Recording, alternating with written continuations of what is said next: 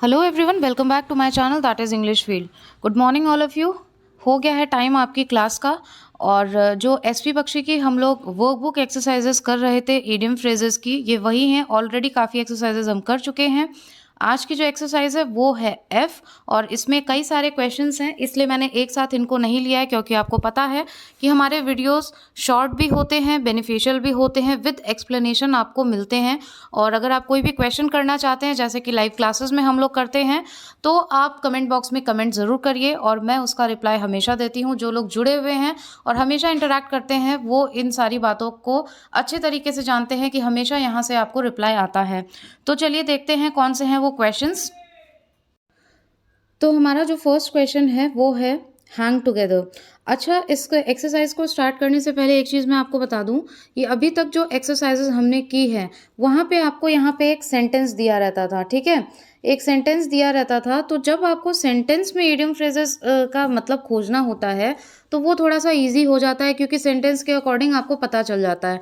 पिछले वीडियोस अगर आपने मिस कर दिए हैं तो I will provide you link in description box, उसको ज़रूर चेकआउट कर लीजिएगा, क्योंकि वहाँ से आपको पता चल जाता है कि क्या सेंटेंस का मीनिंग निकल रहा है, और एलिमिनेशन मेथड से आप अच्छे से एक्यूरेट आंसर अपना निकाल लेते हैं। यहाँ पे थोड़ी सी प्रॉब्लम क्या होती है कि हमारे पास में यहाँ प्रेडिक्शंस हम नहीं कर सकते, हम ये पता नहीं लगा सकते, सेंटेंस दिया हुआ नहीं है तो हम मीनिंग नहीं निकाल पाते हैं, और हमें ऑप्शन में से जो अप्रोप्रिएट आपका ऑप्शन है उसी पे टिक भी लगाना है।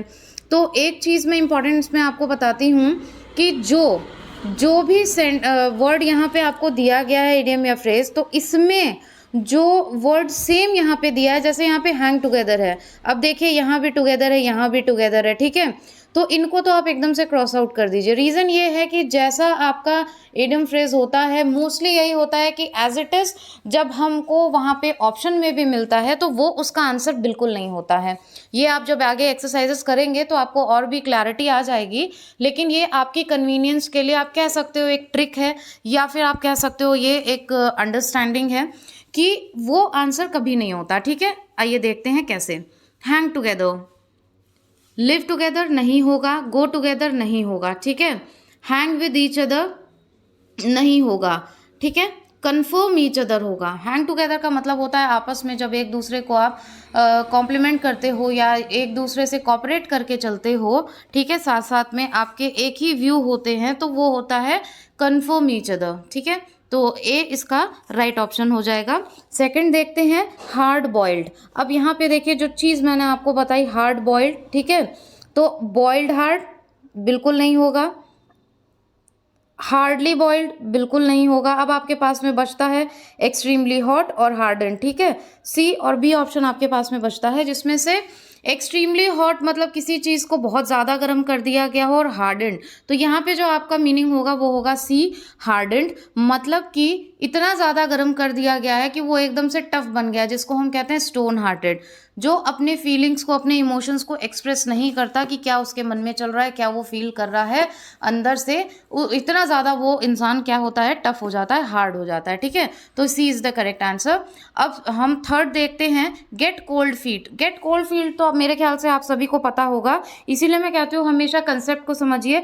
कोल्ड मीन्स डरा हुआ, ठीक है, हमेशा मैंने इसका यूज़ किया है, पिछली एक्सरसाइजेज में भी आपको अच्छे से क्लियर किया है। तो इसका तो सीधे सीधे निकल के आ जा रहा है टू बी अफ्रेड, जहाँ पे आप थोड़े से क्या हो, डरे हुए हो। नेक्स्ट देख लेते हैं मेक नो बोन्स आउट, ठीक है, क्वेश्चन नंबर फोर्थ। तो मेक नो बोन्स आउट का मतलब क्या होता है, टू एडमिट समथिंग रेडिली, किसी चीज़ को जो है आप एडमिट कर लेते हो, किसी चीज़ को आप एक्सेप्ट कर लेते हो, तो इसका मतलब होता है make no bones about. Question number fifth है टर्न आउट क्रैब्स। क्रैब्स किसको बोलते हैं, सभी को पता होगा, क्रैब, केकड़ा, ठीक है। तो अब देखिए आप, सेम टू सेम जो वर्ड है ना वो कभी नहीं होता। टू ब्रिंग क्रैब्स, इसको हटा दीजिए, ठीक है। अब यहाँ पे है to be successful, to be victorious. तो जहाँ पे टर्न आउट क्रैब की बात होती है, क्रैब को हम अधिकतर एक नेगेटिव सेंस में लेके जाते हैं, जो एक नेगेटिविटी को दर्शाता है, नेगेटिव बात को दर्शाता है, पॉजिटिव को नहीं दर्शाता है, ठीक है। और इस टाइप की चीज़ें आपको ज़रूर नोटिस करनी चाहिए कि मीनिंग में क्या चीज़ आ रही है। तो ये नेगेटिविटी को बताता है। तो टू बी सक्सेसफुल नहीं हो सकता, विक्ट्रियस नहीं हो सकता, ये तो किसी पे जीत पा ली आपने, तो सीधे सीधे इसका आंसर हो जाता है एंड इन फेल्योर। तो A is the correct answer. अब हम सिक्स्थ देखते हैं, डेविल्स एडवोकेट। अब यहाँ पे देखिए, an advocate of a devil, discussion of an advocate, जहाँ पे एडवोकेट आ रहा है वो तो बिल्कुल नहीं होगा। An advocate like a devil, तो इस टाइप के आंसर्स नहीं होते हैं मोस्टली जब इडियम फ्रेज में आपको सेंटेंस ना दिया हो। तो इसका करेक्ट आंसर होगा one who is against religion. तो डेविल क्या होता है, राक्षस होता है। अब वो क्या होगा, वो हमेशा ऐसे लोग क्या होते हैं, रिलीजन धर्म के अगेंस्ट ही होते हैं, ठीक है, वो उल्टे ही काम करते हैं, इसीलिए तो उनको राक्षस बोला जाता है। तो one who is against religion, तो D is the correct answer. Next हम देखते हैं, between the devil and the sea. ये तो सबको पता भी होगा, between devil and the sea मतलब इधर गिरो तो कुआं है, इधर गिर जाओ तो खाई जाए, तो कहाँ जाए इंसान। एकदम ट्रबल की सिचुएशन में है, एकदम जिसको कहते हैं एक प्रॉब्लमेटिक सिचुएशन में, तो इनफिक्स मतलब बहुत उसको कन्फ्यूजन है, इधर जाएं या इधर जाएं, वो तो परेशानी में पड़ गया। 8th नंबर देखते हैं, डांस अटेंडेंस अपॉन, ठीक है। तो 8th का क्या होगा, डांस अटेंडेंस अपॉन। सो यहाँ पे होगा टू अटेंड अपॉन, वैसे ही कैंसिल कर दोगे आप, डांस फिर कैंसिल कर दोगे, अटेंड सेम आ रहा है तो इसको भी कैंसिल कर दोगे। क्यों, क्योंकि सेम जो उसका वर्ड है सेम वही वर्ड क्वेश्चन वाला नहीं आ सकता। डांस अटेंडेंट अपॉन होता है कि टू फ्लैटर, किसी को अपने इशारों पे अपनी उंगलियों पे नचाना। वो कब होता है, जब आप उसकी चापलूसी करते हो, वो आपकी फ्लैटरी से आपके जाल में फंस जाता है। और फ्लैटरस, बी अवे फ्रॉम फ्लैटरस, ठीक है। फ्लैटरर्स जो चापलूसी करते हैं, बटरिंग करते हैं, उनसे हमेशा दूर रहना चाहिए, नहीं तो फिर आप उनके इशारों पे नाचते हो। तो फ्लैटरर, टू फ्लैटर इसका करेक्ट मीनिंग होगा। गो अ बेगिंग, गो अ बेगिंग क्या होता है, बेग फॉर गोइंग होगा नहीं, गो फॉर बेगिंग बिल्कुल नहीं होगा। रिक्वेस्ट फॉर समथिंग और गो इन वेन में से अब आपको चूज करना है, तो go in vain is the correct answer.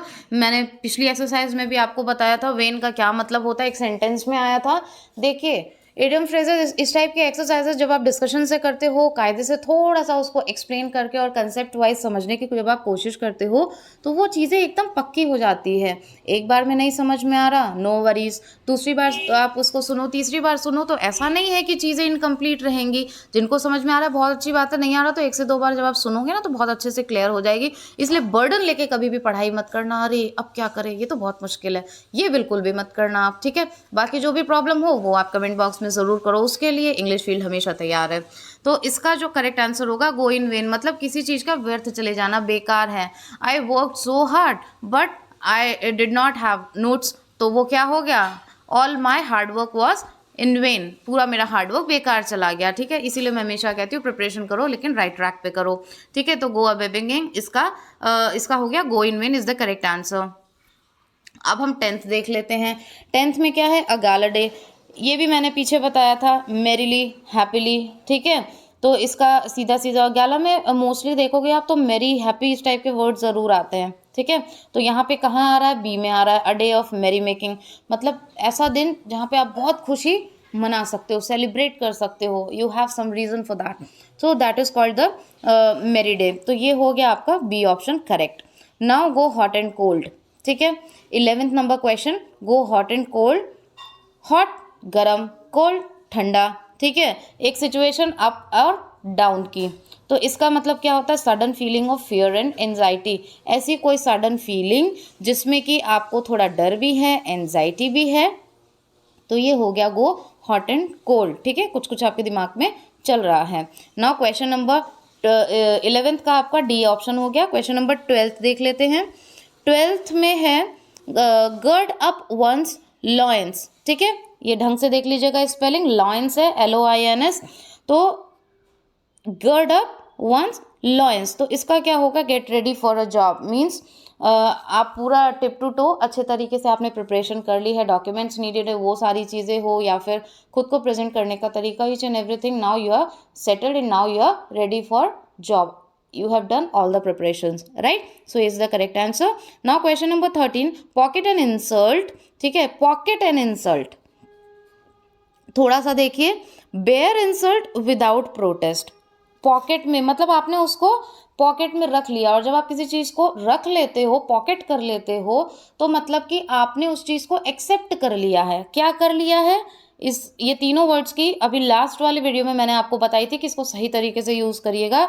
Accept कर लिया है, ACCEPT, ठीक है, मतलब कि आपने उस चीज़ को मान लिया है, तो इसीलिए तो आपने उसको अपने पॉकेट में रखा। तो बेयर इंसल्ट, आपने उस इंसल्ट को सहन किया, विदाउट प्रोटेस्ट, बिना किसी प्रोटेस्ट के, बिना किसी अगेंस्ट सिचुएशन के, बिना उसके खिलाफ आवाज़ उठाए आपने उस इंसल्ट को बेयर कर लिया। बहुत से लोग होते हैं काम एंड क्वाइट रहते हैं, इसलिए मैं भी कहती हूँ जो भी क्रिटिसाइजर्स आपको कमेंट कर रहे हैं कि इतने साल से तैयारी कर रहे हो, इस बार भी नहीं हुआ, उस बार भी नहीं हुआ, प्लीज़ कोई भी अटेंशन मत दीजिए, अपना काम आप करते रहिए, ठीक है। इंसल्ट बेयर करो और अपने वर्क से उनको जवाब दो।